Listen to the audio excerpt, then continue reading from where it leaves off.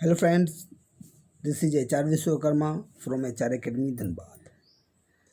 आप देखोगे पिछले क्लास में हमने पढ़ा था विविधता के बारे में और आज हम लोग फोकस करेंगे विविधता एवं भेदभाव। कहा जाता है कि कई बार जो लोग दूसरों से अलग होते हैं उन्हें चिढ़ाया जाता है। अक्सर आप देखोगे स्कूलों में ऐसा आप लोगों को देखने को जरूर से जरूर मिलते होंगे। उसका मजाक उड़ाया जाता है या फिर उन्हें कई गतिविधियों या समूहों में शामिल नहीं किया जाता। क्या ये भेदभाव के लक्षण देखने को मिल रहे हैं या नहीं?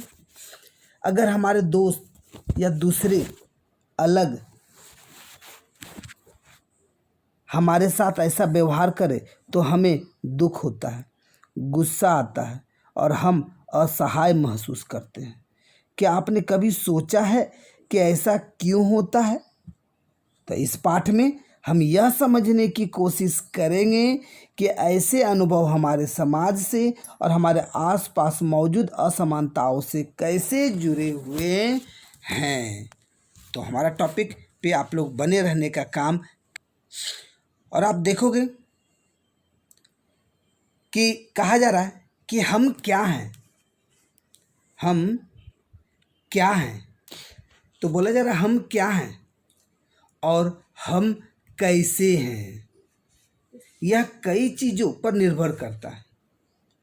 पर हम कैसे रहते हैं, कौन सी भाषाएं बोलते हैं, क्या खाते हैं, क्या पहनते हैं, कौन से खेल खेलते हैं, कौन कौन से उत्सव मनाते हैं, इन सब पर हमारे रहने की जगह के भूगोल और उसके इतिहास का असर पड़ता है। तो जाहिर सी बात है, हम जिस एरिया में रहते हैं और उस जगह का सबसे बड़ा असर पड़ता है।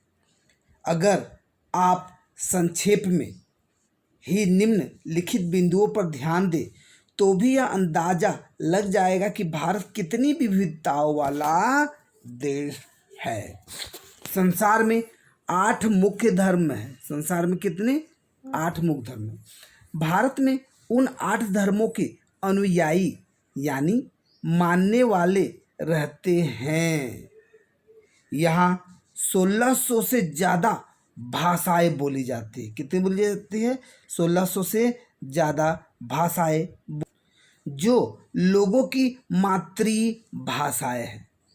यहाँ 100 से भी ज़्यादा तरह के नृत्य किए जाते हैं। कितने तरह के नृत्य? 100 से ज़्यादा तरह के। यह विविधता हमेशा खुश होने का कारण नहीं बनती। अलग तरह की मातृभाषाएं हैं, अलग तरह के नृत्य देखने को मिलती है, तो ज़रूरी नहीं है कि जो नृत्य हो वो या जो भी भाषा है खुश होने का कारण बने। हम उन लोगों के साथ सुरक्षित एवं आश्वस्त महसूस करते हैं जो हमारी तरह दिखते हैं, बात करते हैं, कपड़े पहनते हैं, हमारी तरह सोचते हैं। कभी कभी जब हम ऐसे लोगों से मिलते हैं जो हमसे बहुत भिन्न होते हैं तो हमें वे बहुत अजीब, अपरिचित लग सकते हैं। कई बार हम समझ ही नहीं पाते या जान ही नहीं पाते कि वे हमसे अलग क्यों हैं। लोग अपने से अलग दिखने वालों के बारे में खास तरह की राय बना लेते हैं। इनमें से कुछ कथन ग्रामीण लोगों को अज्ञानी की तरह दिखते हैं, जबकि शहर में रहने वाले लोगों को आलसी एवं सिर्फ पैसे से सरोकार रखने वालों की तरह देखते हैं। जब हम किसी के बारे में पहले से कोई राय बना लेते हैं और उसे हम अपने दिमाग में बैठा लेते हैं तो वह पूर्वाग्रह का रूप ले लेती है। बात समझे, पूर्वाग्रह क्या कहलाता है? पूर्वाग्रह पे फोकस किया जा रहा है। तो पूर्वाग्रह की अगर बात करेंगे तो कहा जा रहा है जब हम किसी के बारे में पहले से कोई राय बना लेते हैं, उसे हम अपने दिमाग में बैठा लेते हैं। ठीक है, जब कोई हम लोग राय बना लेते हैं, अपनी राय अपने दिमाग में बैठ किसी की राय क्या बोलते, कोई राय बना लेते हैं, उसे हम अपने दिमाग में बैठा लेते हैं तो उसे क्या कहते हैं, पूर्वाग्रह का रूप ले लेती है। जो कि पूर्वाग्रह के बारे में स्पेशली अगर चर्चा करें तो आप देखोगे कि कहा जाता है यह ज़्यादातर यह राय नकारात्मक होती है। कैसी होती है? नकारात्मक। लेकिन आगे पढ़ने से पहले बाएं साइड में आपका पूर्वाग्रह पर स्पेशली फोकस करने का काम करेंगे। कहा जा रहा उन कथनों को देखिए जो आपको ग्रामीण एवं शहरी लोगों के बारे में सही लगे। जिन कथनों से आप सहमत हैं उन पर निशान लगाइए। क्या आपके दिमाग में ग्रामीण या शहरी लोगों को लेकर किसी प्रकार से पूर्वाग्रह हैं? पूर्वाग्रह मतलब आपको समझ में आ गया होगा, जो पूर्व मतलब पहले से उसके बारे में कोई राय हो या आपके दिमाग में कोई बात बैठा लेते हैं, उसको क्या कहते हैं? पूर्वाग्रह कहते हैं। क्या दूसरे लोगों के दिमाग में भी ये पूर्वाग्रह हैं?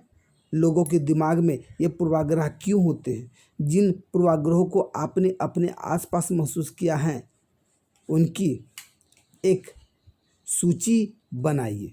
ये पूर्वाग्रह लोगों के व्यवहार को कैसे प्रभावित करते हैं, सूची बनाइए। देखिए ग्रामीण लोग और शहरी लोग दो तरह की सूची बनाइए, ठीक है, और उस पर फोकस कीजिए। आप देखें आधे से ज़्यादा भारतीय गांव में रहते हैं सूची में, ठीक है। नेक्स्ट, गांव के लोग आधुनिक प्रौद्योगिकी इस्तेमाल करना पसंद नहीं करते हैं। फसल की बुआई और कटाई के समय परिवार के लोग खेतों में 12 से 14 घंटा तक काम करते हैं। ग्रामीण लोग काम की तलाश में शहरों की ओर स्थानांतरण करने को बाध्य होते हैं। गांव का सूची देखने को मिला।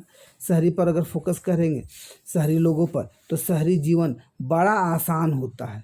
यहाँ के लोग बिगड़े हुए और आलसी होते हैं। शहरों में लोग अपने परिवार के सदस्यों के साथ बहुत कम समय बिताते हैं।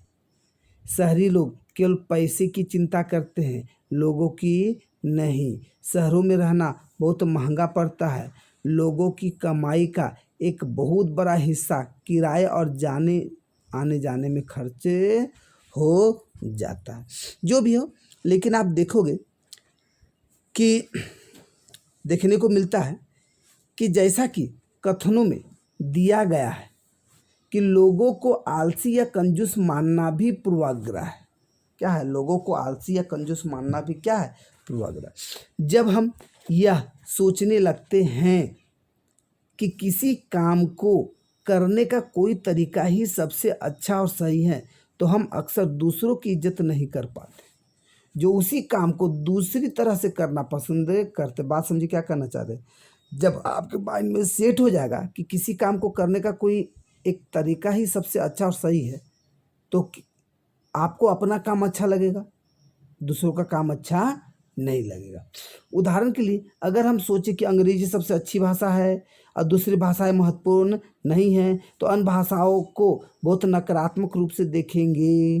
बोले होगा या नहीं होगा? अगर आपको लगे कि मेरा काम बहुत अच्छा है तो आपको बहुत अच्छा काम लगेगा, दूसरों का काम को आप नकारात्मक दृष्टि से देखने का काम करेंगे। परिणाम स्वरूप हम उन लोगों की शायद इज्जत नहीं कर पाएंगे जो अंग्रेजी के अलावा अन्य भाषाएं बोलते हैं। हम कई चीज़ों के बारे में पूर्वाग्रही हो सकते हैं। लोगों के धार्मिक विश्वास, उनकी चमड़ी का रंग, जिस क्षेत्र से वे आते हैं, जिस तरह से वे बोलते हैं, जैसे कपड़े वे पहनते हैं, इत्यादि देखने को मिलती। अक्सर दूसरों के बारे में बनाए गए हमारे पूर्वाग्रह इतने पक्के होते हैं कि हम उनसे दोस्ती नहीं करना चाहते। इस वजह से कई बार हमारा व्यवहार ऐसा होता है कि हम उन्हें दुख पहुंचा देते हैं। गांव मोहल्ला समाज में स्कूल में देखने को आपको मिलेगा। लड़के और लड़कियों के बीच भेदभाव। समाज में लड़के और लड़कियों में कई तरह से भेदभाव किया जाता है। हम सभी इस भेदभाव से परिचित हैं। एक लड़का या लड़की होने का अर्थ क्या होता है? आप में से कई लोग कहेंगे हम लड़के या लड़की की तरह जन्म लेते हैं, यह तो ऐसे ही होता है। इसमें सोचने वाली क्या बात है? आइए देखें कि क्या सच्चाई यही है। और आप देखोगे कि दाहिने साइड में कुछ लड़के लड़कियों की पिक्चर देखने को मिल रहे हैं और आप देख सकते हो नीचे दिए गए कथनों की सूची में तालिका को भरिए। अपने उत्तर के कारणों पर चर्चा करें। भरिए, आप देखेंगे लड़का है लड़की है, तो यहाँ पर दिया वे बहुत ही सुशील है, तो लड़का में या लड़की में जाएगा। उनका बात करने का तरीका बड़ा सौम्य और मधुर है, वे शरीर रूप से बलिष्ठ हैं। तो आप देखोगे जो बातें लड़कों की से नेचर से जुड़ता है वो लड़कों की तरफ लिखे, जो लड़कियों से जुड़ता है वो लड़कियों की तरफ लिखने का काम करे। तो ये आप लोगों का काम है, शॉर्ट डिस्कशन लेंगे और आप लोग करने का उसको पूरा करने का काम जरूर से जरूर करें। आप देखोगे दिख रहा लोग तरह तरह की बातें करते हैं, है ना। देखिए यहाँ क्या एक पिक्चर दिख रहा है, ये किसका है, एक लंगड़े व्यक्ति का है, और ये कह रहा मैं लंगड़ाता हूँ, मेरी बोली लड़खड़ाती है। इसके अलावा और भी बहुत कुछ, कभी मैं उदास हो जाता हूँ तो कभी दुखी, लोग मेरा मजाक उड़ाते हैं। यह नई बात नहीं, अगर तुम मेरी तरह जगह होते तो क्या करते। तो लोग तरह तरह की बातें करते हैं। राइट साइड में देखेंगे कि तुम दूसरों से कितनी अलग दिखते हो। तो मैं एक इंसान हूँ, मुझे शर्म आती है, घूरती आंखों से मैं छिप जाना चाहती हूँ। क्या उसका दिमाग सही है? देखिए, सिर्फ इसलिए कि मेरी टांगे डगमगाती है, लोग सोचते हैं कि मेरा दिमाग भी डगमगाता है। तो ऊपर के चित्रों में जो बच्चे हैं उन्हें पहले विकलांग कहा जाता था। क्या कहा जाता था? विकलांग। जाहिर सी बात है, कोई पैर से गायब है, कोई आँख नाक से, तो विकलांग कहलाएंगे। इस शब्द को बदलकर आज उनके लिए जो शब्द प्रयोग किए जाते हैं वे क्या हैं? वे खास जरूरत वाले बच्चे। ठीक है, जो कि आप देखोगे जो उसको कभी कभी विशिष्ट बच्चे, विशिष्ट बालक से संबोधित भी हम लोग करते हैं, है ना। तो विकलांग से अच्छा क्या हो गया? खास ज़रूरतों वाले बच्चे। उनके बारे में लोगों के पूर्वाग्रह को यहाँ बड़े अक्षरों में दिया गया है, साथ में उनकी अपनी भावनाएं और विचार भी गए हैं। ये बच्चे अपने से जुड़ी रूढ़िबद्ध धारणाओं के बारे में क्या कह रहे हैं और क्यों, इस पर चर्चा कीजिए। अपनी राय में क्या खास ज़रूरतों वाले बच्चों को सामान्य स्कूलों में पढ़ना चाहिए या उनके लिए स्कूल होने चाहिए? अपने जवाब पक्ष में तर्क देने का काम करें।